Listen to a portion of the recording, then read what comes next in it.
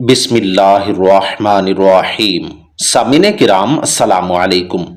حضرت حارث بن فزیر رضی اللہ تعالیٰ عنہ فرماتے ہیں، جب حضرت ابوبکر صدیق رضی اللہ تعالیٰ عنہ نے حضرت یزید بن ابی سفیان کو لشکر کا جھنڈا دیا، یعنی ان کو لشکر کا امیر بنایا، تو ان سے فرمایا، اے یزید، تم جوان ہو، ایک نیک عمل کی وجہ سے تمہارا ذکر خیر ہوتا ہے جو لوگوں نے تمہیں کرتے ہوئے دیکھا ہے، اور یہ ایک انفرادی عمل ہے جو تم نے تنہائی میں کیا تھا،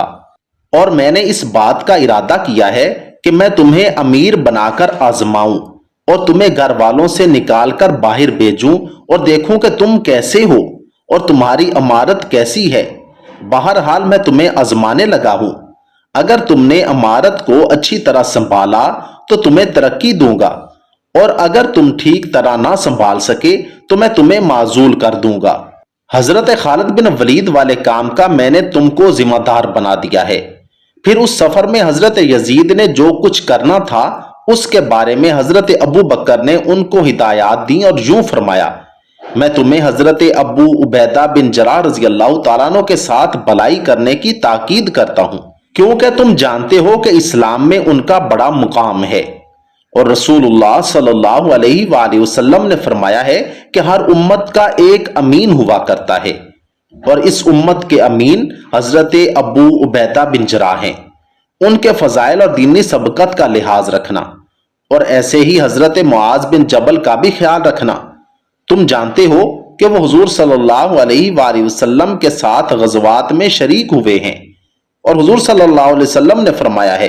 کہ قیامت کے دن حضرت معاذ بن جبل علماء کے آگے ایک اونچی جگہ پر چلتے ہوئے آئیں گے، یعنی اس دن علمی فضیلت کی وجہ سے ان کی ایک امتیازی شان ہوگی۔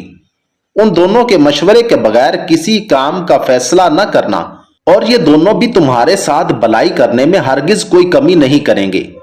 حضرت یزید نے کہا، اے رسول اللہ کے خلیفہ، جیسے آپ نے مجھے ان دونوں کے بارے میں تاکید فرمائی ہے، ایسے ہی ان دونوں کو میرے بارے میں تاکید فرما دیں۔ حضرت ابوبکر صدیق رضی اللہ تعالیٰ عنہ نے فرمایا، میں ان دونوں کو تمہارے بارے میں ضرور تاکید کروں گا۔ حضرت یزید نے کہا، اللہ آپ پر رحم فرمائے اور اسلام کی طرف سے آپ کو بہترین بدلہ عطا فرمائے۔ حضرت یزید بن ابی سفیان رضی اللہ تعالیٰ عنہ فرماتے ہیں، جب حضرت ابوبکر نے مجھے ملک شام بھیجا تو یوں فرمایا، اے یزید، تمہارے بہت سے رشتہ دار ہیں، ہو سکتا ہے کہ تم امیر بنانے میں ان رشتہ داروں کو دوسروں پر ترجیح دے دو، مجھے تم سے سب سے زیادہ اسی بات کا ڈر ہے، لیکن غور سے سنو، رسول اللہ صلی اللہ علیہ وآلہ وسلم نے فرمایا، جو مسلمانوں کے کسی کام کا ذمہ دار بنا اور پھر اس نے ذاتی میلان کی وجہ سے کسی غیر مستحق کو مسلمانوں کا امیر بنا دیا